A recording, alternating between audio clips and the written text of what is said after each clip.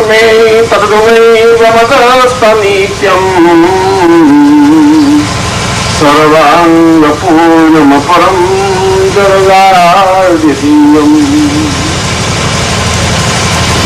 शंकराचार्य के इस श्लोक के साथ, जिसमें जब उन्होंने दीक्षा लेने का चिंतन किया, विचार किया 12 साल की उम्र में, तो उन्होंने इस श्लोक के माध्यम से अपनी भावनाएं व्यक्त की और उन्होंने कहा कि मैं आपके जीवन को और आपके मर्म को समझ ही नहीं पाऊंगा और न समझने की कोशिश भी कर सकता हूं, क्योंकि एक छोटी सी सरकंडे की नाव लेकर के, घास फूस की नाव लेकर के पूरे समुद्र को पार करना बहुत कठिन होता है। ठीक मैं वैसा ही प्रयत्न करने जा रहा हूं। मैं फिर भी आपकी विशाल बाहु, आपके हाथ मेरे इस नाव को उस किनारे तक पहुंचाने में समर्थ हैं।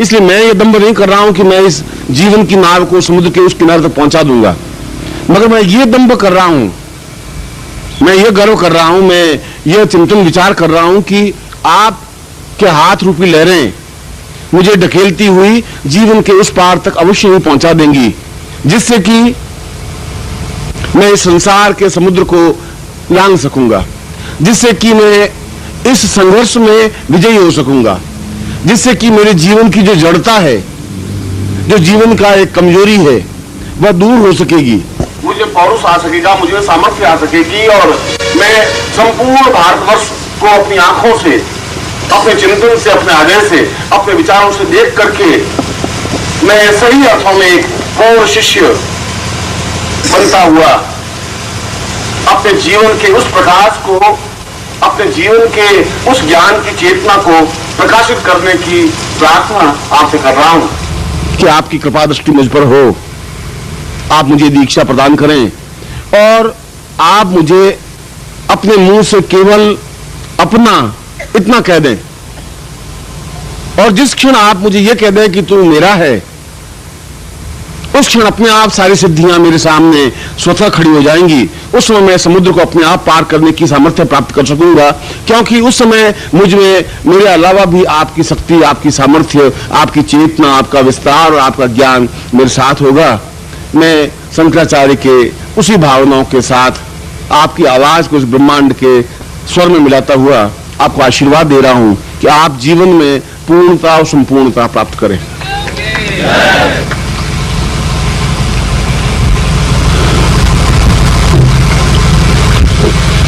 प्रत्येक दिन अपने आप में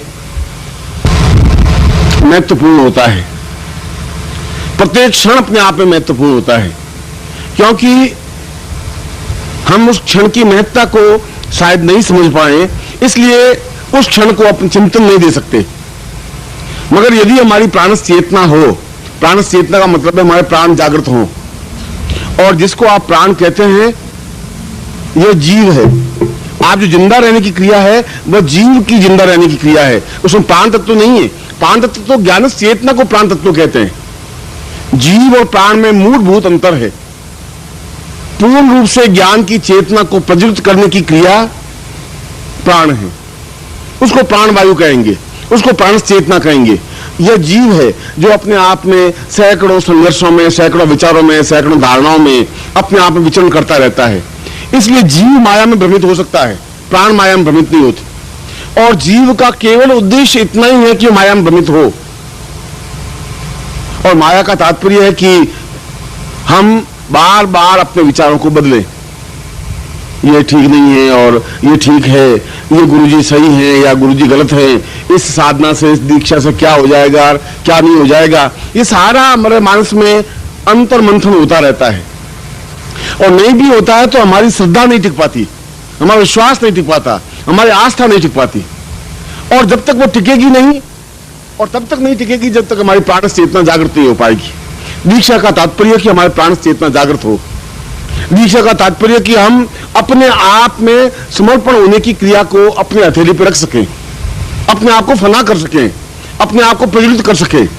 अगर एक दीपक पर पतंगा जब जलने के लिए उद्यत होता है, उस समय वो कोई हिसाब किताब नहीं करता।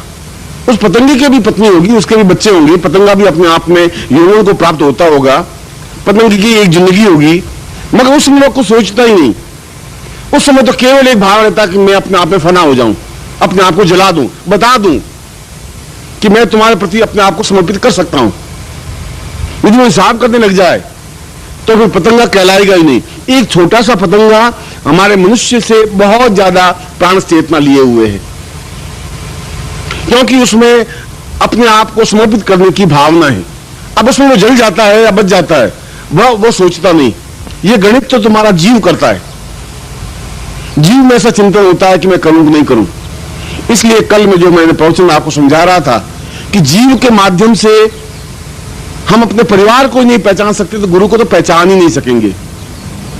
अगर कल आप इस जगह बैठेंगे, आपके सामने शिष्य समुदाय होगा और यदि उसकी प्राण चेतना जागृत नहीं होगी तो आप नहीं पहचान पाएंगे। और गुरु का तात्पर्य, गुरु का अर्थ, गुरु का मूल्य इसलिए है कि वो बीच बीच में माया का विस्तार करता रहे। गुरु करता है, यह गुरु के करने के लिए एक आवश्यक तत्व है, करना पड़ता है उसको। यदि ऐसा नहीं करे तो जीवन में बहुत ज्यादा आप इतनी भागदौड़ में व्यस्त हो जाएंगे कि अपने आप को संभालना कठिन हो जाएगा। आपकी दौड़ 2 किलोमीटर प्रति घंटे की है या 10 किलोमीटर प्रति घंटे की है, और यदि आपको 50 किलोमीटर प्रति घंटे की चलने की हो तो आप नहीं चल पाएंगे। इसलिए नहीं चल पाएंगे कि आप में प्राण चेतना जागृत नहीं है। इसलिए कि गुरु एकदम से 50 किलोमीटर आपको दौड़ा नहीं सकता, संभव नहीं है। फिर वो एकदम से जो आपसे प्रवचन पूरा करता है फिर कहता है, अरे भाई क्या समाचार है, कैसे हो? मंच में बैठे हुए तो फिर दूसरे थे। यहां अब तुम्हारी बुद्धि एकदम से काम करेगी नहीं। अपने आप की बुद्धि के उस खाने से उस खाने पे तुम जाने की कोशिश तो करोगे, मगर सोचो कि ऐसा शायद ये बात सही हो जो यहां बैठे हुए ये गुरुजी सही हो, मंच वाले कुछ गुरुजी दूसरे होंगे, भगवान जाने वहां क्या हो जाता है। और यदि कभी कोई यहां पर कोई कवि सम्मेलन हो जाए तो मैं उतनी अच्छी ढंग से मतलब गजल भी सुना दूंगा, मैं बैठ करके हारमोनियम हाथ में ले लूंगा और शायद गजल आप सुनेंगे तो ये आंसू को मासूक की बात भी गुरुजी उतनी दरले से कर लेते। ये हमारे गुरुजी नहीं हो सकती, तुम्हारी बुद्धि काम नहीं कर सकती। और यह जो माया को भेदने की जो क्रिया है वह दीक्षा है। दीक्षा के बाद भी यदि आप माया के कंट्रोल में रहे, फिर भी आपका एक भ्रम में रहे, हर समय मन में रहता है कि मेरी पत्नी चरित्रवान है भी कि नहीं चरित्रवान है, तुम्हारे पास कोई मापदंड है ही नहीं, कोई पैमाना है ही नहीं, तुम किसी ढंग से उस पैमाने को नहीं नाप सकते। कोई पुरुष अपने आप में सक्षम है या नहीं है, या समर्पित है या नहीं है, या एकनिष्ठ है या नहीं है, तुम्हारे पास कोई पैमाना नहीं है। तुम्हारी बुद्धि तो एक बहुत छोटी सी है जो बहुत थोड़ी दूर तक दौड़ती है। दीक्षा और शादी जीवन की प्राण चेतना का जागरण अपने आप में बार बार जागरण करने की क्रिया नहीं होती। एक बार ही अगर जागरण हो जाता है, एक बार ही अगर ठोकर लग जाती है, एक बार ही विचार आ जाता है तो अपने आप में एक समर्थ गुरु बन जाता है, अब समर्थ में व्यक्तित्व बन जाता है। दादू दयाल के या दादू दास के शिष्य थे रज्जब, आप नाम सुना होगा दादू का। और दादू ने रज्जब को कहा कि देख रज्जब, सब कुछ करना, शादी मत करना, क्योंकि तुम्हारी मैंने एक चेतना पैदा की है, एक तुम्हें शिष्य बनाया है, मैं तुम्हें उस जगह ले जाना चाहता हूं जहां तुम मर नहीं सकते। और सैकड़ों लोग मरेंगे, पर रज्जब नाम आज से 2000 साल बाद भी होठों पे रहे। और आदमी अपने नाम के लिए बहुत प्रयत्न करता है, बहुत चालाकियां बरतता है, अपने नाम के लिए ताजमहल बना देता है, अपने नाम के लिए मकान बनाता है, मकान के ऊपर नाम पत्र लिखता है कि नारायण भवन, पुरुषोत्तम भवन। क्या जरूरत है पुरुषोत्तम भवन की लिखने की, क्या जरूरत है? इसलिए कि वो मेरा नाम जिंदा रहे, मरने के बाद भी लोग पुरुषोत्तम भवन। बिड़ला मंदिर, और राम के मंदिर तो देखे, कृष्ण के मंदिर देखे, ये बिड़ला जी के मंदिर कहां से बने? कृष्ण मंदिर लिखते तो समझ में आती, राम मंदिर लिखते तो समझ में आती, विष्णु मंदिर लिखते तो समझ में आती, अब बिड़ला मंदिर कैसे? मगर उनको जिंदा रहना है बिड़ला जी को, और कोई काम किया कि नहीं किया? एम्बेसडर कार बनाने से जिंदा रहते नहीं वो, इसलिए उन्होंने बिड़ला मंदिर बना दिया। जिंदा रहने के लिए आदमी और कुछ नहीं कर सके, घासीराम जी कुछ नहीं कर सके, तो बेटे का कहेगा मरने के बाद मेरा श्राद्ध जरूर करना बेटा, साल में एक बार तो शायद मेरा नाम जिंदा रहे। और यदि आप हरिद्वार चले जाएं और हरिद्वार के आगे आप देखें तो जितने सड़क पे पत्थर बिछे हुए सब पे नाम लिखा हुआ, मूली देवी ने अपने पति कृष्णलाल जी के यादगार में पत्थर जड़वाया। और क्या जरूरत, मर गए वो, अपने आप चले गए। अब मूली देवी की जरूरत कहां है, मगर उसके पति को भाई मैं मर जाऊं तो तू मेरे नाम के लिए पत्थर जड़वा देगा, मगर ये बहुत क्षणिक नाम है। आदमी आप भी, आपके मन में तो ये चिंतन है कि समाज वाले मुझे पहचाने, चार लोग मेरी सराहना करें, मुझे पूछें, मरने के बाद भी मुझे कोई याद करें, और अपने पुत्र पैदा करने की क्रिया या पुत्र को बड़ा होने की क्रिया या उसकी शादी होने की क्रिया, ये सब कुछ दान देने की क्रिया, फोटो खिंचवाने की क्रिया, और घर में फोटो लटकाने की क्रिया, और अपने पिताजी के फोटो पर फूलों की माला पहनाने की क्रिया, ये सब क्या है? केवल उनको जिंदा रखने की कोशिश है। उस कोशिश में तुम सफल नहीं हो पाते। जो ही तुम्हारे पोते आएंगे तो दादाजी का फोटो हटा करके नीचे रख देंगे, पिताजी का फोटो लटका देंगे, दादाजी को लेन देंगे। फिर उनके बेटे आएंगे, उनका फोटो हटा देंगे, उनका फोटो रख देंगे।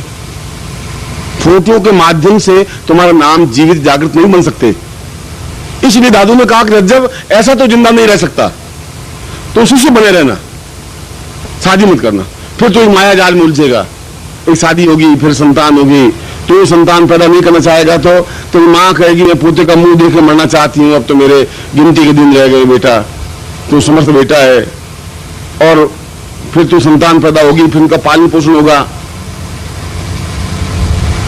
लेकिन मैं कहा अच्छी बात है। 5-7 महीने बीते और घर वालों ने उनको तंग किया, परेशान किया। रज्जब को कहा तू शादी कर ले, और शादी के बिना कैसे? घर वाले सारे उसको परेशान हुए, उसको घोड़ी के ऊपर बिठा दिया, बैठ। और पीछे बाराती ढोल वोल बजाते हुए चारों तरफ से घेर करके, जैसे कैदी को कटघरे में ले जाते हैं घेर करके, ठीक उसी प्रकार से घेर करके, इधर बाराती उधर बाराती, पीछे बाराती, आगे बैंड वाले। वो भागे तो भाग नहीं सके, और जा रहे थे लड़की वाले की तरफ।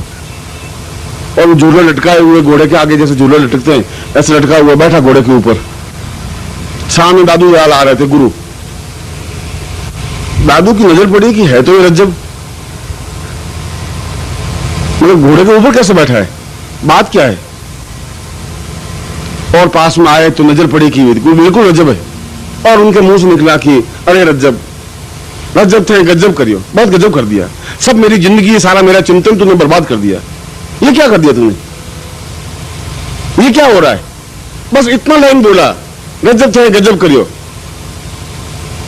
और रज्जब एकदम से झूला हटा करके घोड़े से नीचे कूद गया। उनका नहीं, मुझे शादी नहीं करनी है, मेरे जीवन का ये मर्म, मेरे जीवन का अर्थ नहीं है।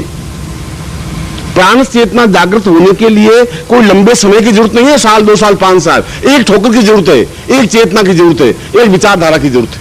एक सेकंड में लगा रजब को, रजब अपने आप में महान रजब बना। आज भी लोग उसको याद करते हैं। अगर मीरा का नाम लेंगे, दादू का नाम लेंगे, कबीर का नाम लेंगे, तो कबीर से भी कई ऊंचे लेवल पर रजब है, जिसके पद, जिनकी साखियां, जिनके दोहे अपने आप में अद्वितीय हैं। और तुम्हारी भी जिंदा रहने की जो क्रिया है वो अपने आप में प्राण चेतना को जागृत करने की क्रिया है। मेरा सारा प्रवचन का आधार इसलिए नहीं है कि आप बहुत करोड़पति बन जाएं, लखपति बन जाएं, हजारपति बन जाएं। मेरा सारा है कि आप अपने जीवन की चिंगारी को प्रज्वलित करके उस ऊंचाई पर पहुंच सकें जहां तुम पहुंच सकते हो। कल के प्रवचन का सार यही था कि आप अपने आप को जिस दिन पहचान लेंगे, हो सकता है अभी पहचाने, 2 साल बाद पहचाने, नहीं पहचाने, फिर अगली जिंदगी लाए, फिर मैं आपके सामने हूं, फिर मैं आपको बात करूंगा, फिर आप मेरी बात सुनेंगे, फिर आप गर्दन हिलाएंगे, फिर आप अपने घर चले जाएंगे। ऐसा भी हो सकता है। मैं फिर भी इसका तात्पर्य यह नहीं कि मैं कहना छोड़ दूंगा। और ये दीक्षा जो मैं आपको देने जा रहा हूं वो अपने आप में इस चिंतन का परिणाम है, क्योंकि जहां हम शक्ति की आराधना कर रहे हैं या शक्ति को अपने आप में प्राप्त कर रहे हैं, मगर वो शक्ति शिवत्वमय हो, कल्याणमय हो। अगर शिव नहीं है तो वो शक्ति अपने आप में व्यर्थ है। अगर मुझे बहुत पहलवान, बहुत ताकत तो बहुत होती है, शक्ति तो होती है, मगर दूसरे आदमी को गिराने में काम आती है। कल्याणदायक नहीं है। वो दीवार से टकराने के काम आती है। शिवमय हमारी शक्ति हो, कल्याणमय हो, अपने आप में पूर्ण चैतन्यमय हो, पूरे ब्रह्मांड में हमारा नाम हो, विचरण हो। केवल जमीन पर तो कौआ कीड़ा मकोड़ा भी रह जाएगा। इस जमीन पर आप रह करके बहुत मानता नहीं कर रहे। आपका विचरण हो पूरे गगन में, पूरे ब्रह्मांड में। ब्रह्मांड दीक्षा का तात्पर्य है कि आप केवल एक छोटे से कटघरे में कैद नहीं हो। जिस दिन आप इसका महत्व समझ लेंगे, नहीं समझे वो तो आपकी खुद की चिंतन, आपकी खुद की विचार है। मैं बात कहूं, आप अपने ढंग से उसको समझे। बुद्ध ने प्रवचन किया और सामने शिष्य बैठे हुए थे। उस शिष्यों में एक चोर भी बैठा हुआ था, एक वेश्या भी बैठी हुई थी, एक सन्यासी भी बैठा हुआ था, और भी 15, 20, 25, 50 लोग बैठे हुए थे। बुद्ध ने प्रवचन समाप्त करने के बाद कहा कि अब सब रात्रि को अपना अपना काम करें। वेश्या ने कहा कि बुद्ध कितना सही कह रहे हैं, अब जाके मुझे अपना व्यापार शुरू करना चाहिए। फालतू टाइम 9 बज गए, 2 ग्राहक निपटा थी। वो घर गई और घर जाने के बाद में 1 ग्राहक, दूसरे ग्राहक, 4 ग्राहक, 10 ग्राहक, क्योंकि आज रात को काम करिए, अपना अपना काम करिए। चोर ने कहा कि बुद्ध सही गुरु है, कह दिया है अपना अपना काम करो। बस गए और चोरी, उस दिन चोरी करने का विचार था ही नहीं। तो बुद्ध ने कह दिया कि अपना काम करना आज रात को, वो जाके चोरी कर ली। और सन्यासी ने भी इसी लाइन को सुना। उसने कहा बुद्ध ने कह दिया कि आज की रात सोना नहीं है, पूरी साधना में व्यतीत करना है, और उसने पूरी रात साधना संपन्न की। बुद्ध ने बात तो एक ही कही, अब तीनों का जो कंसेप्ट माइंड का था वैसा ही समझा, अनुभव उसको वैसा ही हुआ। अब मैं बोलूंगा, बात तो एक ही कहूंगा। अब आपके मन में जितने जाले जमे हुए हैं, जितनी आपके कुंठाएं जमी हुई है, जितनी अज्ञानता जमी हुई है, उसी तरीके से आप उसका अर्थ लेंगे।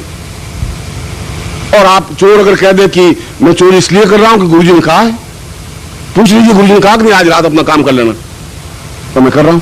और वैसे ने कहा मैं पाप कहां कर रही हूं, खुद बुद्ध ने कहा है, गुरुजी ने कहा है आज की रात काम करना है, तुम्हें सोना ही नहीं है सारी रात।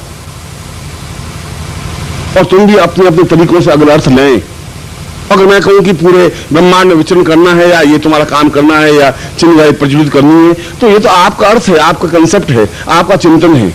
मैं तो आपको पूर्ण रूप से आपको अपनी एक शक्ति, अपनी ताकत, अपना एक फोर्स देना चाहता हूं और दे रहा हूं।